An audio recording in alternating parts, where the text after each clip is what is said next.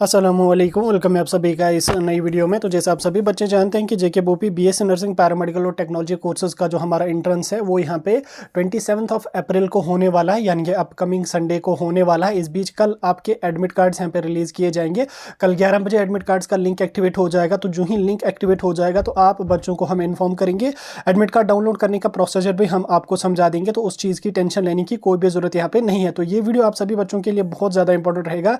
इस वीडियो में मैं आपके साथ जेके बोपी बीएससी नर्सिंग के पेपर की बात करूंगा कि पेपर आपका किस तरीके का आ जाएगा, किस लेवल के क्वेश्चंस पूछे जाते हैं, और साथ में आपका बहुत बड़ा डाउट है कि नेगेटिव मार्किंग किस तरह से होती है वो भी समझाऊंगा। पेपर को किस अप्रोच से अटेम्प्ट करना है वो भी आपके साथ डिस्कस करेंगे। ये वीडियो बहुत ज्यादा इंपॉर्टेंट रहेगा। वीडियो को पूरा एंड तक देख लेना, चैनल को भी सब्सक्राइब कर देना, व्हाट्सएप और टेलीग्राम ग्रुप ज्वाइन कर लेना, लिंक आपको डिस्क्रिप्शन में मिल जाएगी। तो चलिए वीडियो को शुरू कर ले। तो देख लेते हैं यहाँ पे जेके बोपी बीएससी नर्सिंग 2025 के एंट्रेंस के बारे में। तो देखो, अगर हम देखें आपका पेपर जो रहेगा बोपी बीएससी नर्सिंग का, वो आपका 180 मार्क्स का यहाँ पे रहेगा, जिसमें टोटल आपको 180 क्वेश्चंस यहाँ पे आ जाएंगे। हर क्वेश्चन का आपको 1 मार्क्स यहाँ पे होगा। तो कुल मिला के आपको 3 घंटे का यहाँ पे टाइम दिया जाएगा। अगर आपका 10 बजे पेपर स्टार्ट हो जाता तो 1 बजे तक आपका चलेगा, 11, 12 और 1, और अगर आपका 11 बजे स्टार्ट हो जाता तो 2 बजे तक आपका यहाँ पे पेपर चलेगा।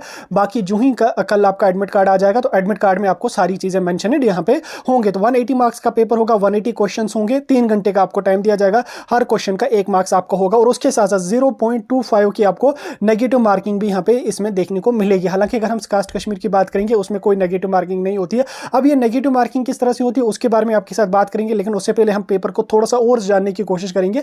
ये जो 180 मार्क्स आपके होंगे ये आपको 3 सेक्शन से होंगे। 180 इसमें 60 मार्क्स आपको जो है वो फिजिक्स से होंगे, 60 मार्क्स आपको जो है वो केमिस्ट्री से होंगे, और 60 मार्क्स आपके जो होंगे वो बायो से यहाँ पे होंगे। कुल मिला के 11th और 12th को मिला के जो आपने ऑलरेडी प्रिपेयर किया होगा, इनके 60 क्वेश्चन फिजिक्स के, 60 क्वेश्चन केमिस्ट्री के और 60 क्वेश्चन बायोलॉजी के। तो कुल मिला के आपको 180 क्वेश्चन और 180 मार्क्स यहाँ पे आपका पेपर रहेगा। इसके अलावा आप में से बहुत सारे बच्चे अभी बोल रहे होंगे कि हमें एग्जाम कहाँ पे होगा, कहाँ पे हमें जाना होगा। तो ये सारी चीज़ें कल जब आपका एडमिट कार्ड आ जाएगा, जो ही आपका एडमिट कार्ड आ जाएगा उसमें सारी चीज़ें मेंशन होंगी कि आपका एग्जाम श्रीनगर में है, आपका एग्जाम जम्मू में है, आपका एग्जाम बारामूला में है, आपका एग्जाम कहाँ पे है। जिस हिसाब से आपने प्रेफरेंस रखी होगी, अगर आपने एग्जाम सेंटर अपना कश्मीर या श्रीनगर रखा होगा तो आपका कश्मीर में ही एग्जाम सेंटर होगा, और आपने जम्मू रखा होगा फॉर्म भरते समय एग्जाम सेंटर की प्रेफरेंस, तो आपको जम्मू के किसी इलाके में आपका एग्जाम सेंटर यहाँ पे होगा। ठीक, अब श्रीनगर में कहाँ पे होगा, बारामूला में कहाँ पे होगा, जम्मू में कहाँ पे होगा, किस कॉलेज में, किस हायर सेकेंडरी में होगा, वो आपके एडमिट कार्ड पे मेंशन होगा कि कहां पे होगा, किस ब्लॉक में होगा। वो सारी चीजें आपको एडमिट कार्ड पे ही यहां पे देखने को मिलेंगी। अब देखो, ये जो 180 मार्क्स का पेपर रहेगा, आपको ये सभी के सभी क्वेश्चंस आपको ऑब्जेक्टिव टाइप रहेंगे। जैसे आप सभी बच्चे जानते हैं आपको कैसे अटेम्प्ट करना पेपर को, आपको एक ओएमआर शीट दी जाएगी। ठीक, ओएमआर शीट में जो है क्वेश्चन नंबर 1 होगा, 4 सर्कल्स यहाँ पे होंगे, उसमें आपको एक सर्कल को इनसर्कल करना होगा। जो मैं आपको ओएमआर जो फॉर्म है उसको फिल करने के बारे में अलग से मैं एक वीडियो यहाँ पे लाऊंगा। पहले मैं आपको नेगेटिव मार्किंग का यहाँ पे क्लियर कर देता हूँ। देखो, जो नेगेटिव मार्किंग आपकी होती है वो होती है 0.25 मार्क्स की यहाँ पे आपको नेगेटिव मार्किंग होती है। फॉर एग्जांपल, कोई बच्चा ऐसा है जिसने 10 क्वेश्चन यहाँ पे अटेम्प्ट कर लिए, ठीक, उसने 10 क्वेश्चन सही किए, बिल्कुल पूरे के पूरे 10 क्वेश्चन सही किए। अब ये जो 10 क्वेश्चन उसने सही किए उसके इसको बन रहे हैं यहाँ पे 10 मार्क्स। उसके बाद उसने क्वेश्चन नंबर 11th जो यहाँ पे किया वो उसने यहाँ पे गलत उसका आंसर लिखा। ठीक, तो उस कंडीशन में एक तो वो 11th का मार्क्स कट गया, ठीक, उसका कुछ नहीं बनेगा, और साथ में 0.25 जो होंगे वो उसके इस वाले जो उसका सही स्कोर आ रहा है उसमें से ये 0.25 यहां पे कट हो जाएंगे। तो इस चीज का आपको यहां पे बहुत ध्यान रखना है। ठीक, आप पहले क्या काम करेंगे, किस अप्रोच से पेपर को करेंगे। जो ही आपके पास पेपर मिलेगा, आपके पास क्वेश्चन बुकलेट मिलेगी, तो आप पहले उन क्वेश्चंस को अटेम्प्ट कर लेना जिन क्वेश्चंस आप कर पा रहे। जैसे फॉर एग्जांपल, आप जब पेपर अटेम्प्ट करने बैठोगे तो आप पहले बायो का पोर्शन यहां पे कवर कर लेना। ठीक, बायो का पोर्शन इजी पोर्शन होता है, वहां पे आपको टाइम बहुत ज्यादा यहां पे बच जाता है, तो वहां पे आपको टाइम वेस्ट करने की जरूरत नहीं है। और पहले जब आप 40-30 क्वेश्चन अच्छी तरह से अटेम्प्ट कर लोगे, 40-30 क्वेश्चन आपको फंस जाएंगे, तो आप में कहीं ना कहीं वो मोटिवेशन आ जाएगा, आप में जो वो कॉन्फिडेंस आ जाएगा, आप फिजिक्स और केमिस्ट्री को भी आसानी से जो है टैकल कर पाओगे। तो पहले आप यहाँ पे बायो को कर लेना। बहुत सारे बच्चे क्या काम कर लेते हैं, वो पहले फिजिक्स का पोर्शन उठा देते हैं। फिजिक्स में उनको एक न्यूमेरिकल सॉल्व करने में 5-5, 6-6 मिनट का टाइम लग जाता है। 10 या 15 क्वेश्चन ही उन्होंने करे होते, तब तक टाइम पूरा का पूरा यहाँ पे खत्म हो गया होता है। तो टाइम मैनेजमेंट करके भी आपको चलनी है। तो इसलिए आप क्या काम करेंगे, पहले बायो का जो क्वेश्चन 60 होंगे, आप उन क्वेश्चन को यहाँ पे अटेम्प्ट करेंगे। उन 60 क्वेश्चन में आप उतने ही क्वेश्चन अटेम्प्ट करना है जितने क्वेश्चंस का आपको आंसर सही है। ऐसा नहीं कि आपको 50 क्वेश्चंस का आंसर सही है, 10 क्वेश्चंस के आप तुक्के मार के आ जाओगे तो वो 10 के 10 क्वेश्चन अगर गलत हो गए, एक तो वो 10 मार्क्स भी कट गए और साथ में जो 50 आपने सही करे उनमें से भी आपको यहाँ पे लगभग 2.5 मार्क्स यहाँ पे कट हो जाएंगे। तो इसलिए इस चीज का आपको यहाँ पे ध्यान रख लेना। पहले आप बायो का पोर्शन यहाँ पे अटेम्प्ट कर लेना। बायो का पोर्शन आप अटेम्प्ट कर लोगे, आपको पेपर में अच्छी खासी पकड़ बनेगी। देन उसके बाद आप केमिस्ट्री के पोर्शन पे यहाँ पे आ जाना। केमिस्ट्री के पोर्शन में जो जो क्वेश्चंस आपको आ रहे हैं, जिन जिन क्वेश्चंस को आपने प्रिपेयर किया या जो जो क्वेश्चंस आपको फंस रहे हैं, पहले आप उन्हीं क्वेश्चंस को यहाँ पे अटेम्प्ट कर लो। ठीक, उन्हीं क्वेश्चंस को अटेम्प्ट कर लो। उसके अलावा आप एक चीज का और भी ध्यान रख लेना। फॉर एग्जाम्पल कोई क्वेश्चन है, जैसे क्वेश्चन नंबर 10 यहाँ पे, इसके 4 ऑप्शन है। ठीक, इन 4 ऑप्शन में अगर आपको लग रहा है कि क्वेश्चन ऑप्शन नंबर 1 भी सही हो सकता है, ऑप्शन नंबर 2 भी सही हो सकता है, यानी कि 2 ऑप्शन में अगर आपको गड़बड़ लग रही है, तो उस कंडीशन में आपको उसी क्वेश्चन पे बैठना नहीं है। तो आप क्या काम कर लेंगे, अपनी जो क्वेश्चन बुकलेट होगी उस पे उस वाले क्वेश्चन को इस तरह से इनसर्कल कर देना। ठीक, इनसर्कल कर लोगे, यानी कि इसको मैं लास्ट पे अटेम्प्ट कर लूंगा। अगर मुझे इस पे डाउट है तो उसको आप इनसर्कल यहाँ पे कर लेना। क्वेश्चन नंबर 10 या क्वेश्चन नंबर 11 जो भी होगा इनसर्कल कर लिया।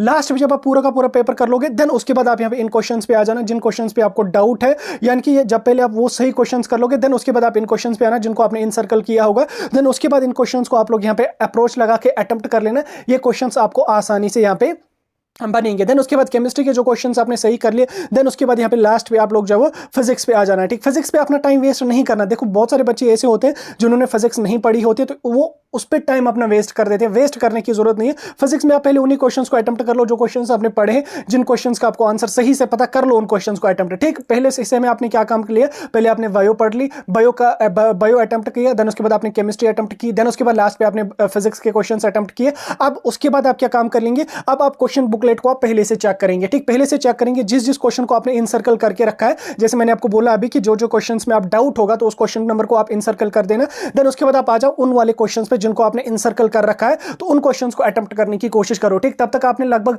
क्वेश्चंस मैक्सिमम तो सही किए होंगे। तो आप में जो है वो अगर कहीं पे डाउट है कुछ, वो भी दिमाग में रिकैप्चुलेट होगा। कोई चीज आपको दिमाग में आ नहीं रही है उस क्वेश्चन के रिगार्डिंग, तो वो भी तब तक आपके दिमाग में आ जाएगी। देन उसके बाद आप लोग जो इन इनसर्कल वाले क्वेश्चंस को अटेम्प्ट कर लेना। ठीक, अटेम्प्ट करने के बाद जिन क्वेश्चंस का आपको बिल्कुल भी आंसर नहीं आ रहा है, यानी कि जो क्वेश्चन आपने पढ़े ही नहीं है, तो फिर आप तुक्के नहीं मारना। ठीक, क्योंकि तुक्के मारना बहुत बहुत बहुत बड़ी मिस्टेक होती है बच्चों की। अक्सर बच्चे क्या काम करते हैं, 80 क्वेश्चन उसने सही कर लिए, बाकी क्वेश्चंस को वो तुक्के मार के आ जाते हैं। वो मैक्सिमम उनमें गलत होते हैं, गलत का भी तो कट जाता है और साथ में उनका जो अच्छा स्कोर होता है वहां से भी उनके मार्क्स यहाँ पे कट जाते हैं। ठीक, तो इसलिए आप लोगों को जो वो तुक्के मारने बिल्कुल भी नहीं है। जो क्वेश्चंस आपको आ रहे हैं उन्हीं क्वेश्चंस को अटेम्प्ट कर लो। जितना आपसे मतलब हो पा रहा उतना ही आप अटेम्प्ट कर लो। अगर आपका फिर 80 90 100 के आसपास भी स्कोर आ जाता तो भी आपको सीट यहाँ पे मिलने के चांस रहेंगे। लेकिन ऐसा ना हो कि आपका 115 या 120 स्कोर आ रहा है, फिर आपने 10 मार्क्स का नेगेटिव मार्किंग काट ली, तो फिर आप 100 के बिलो चले गए। तो उस चीज का आपको यहाँ पे ध्यान रखना है। और साथ में सबसे इंपॉर्टेंट यहाँ पे आपकी टाइम मैनेजमेंट है। ठीक, तो टाइम मैनेजमेंट यहाँ पे बहुत ज्यादा क्रूशियल है।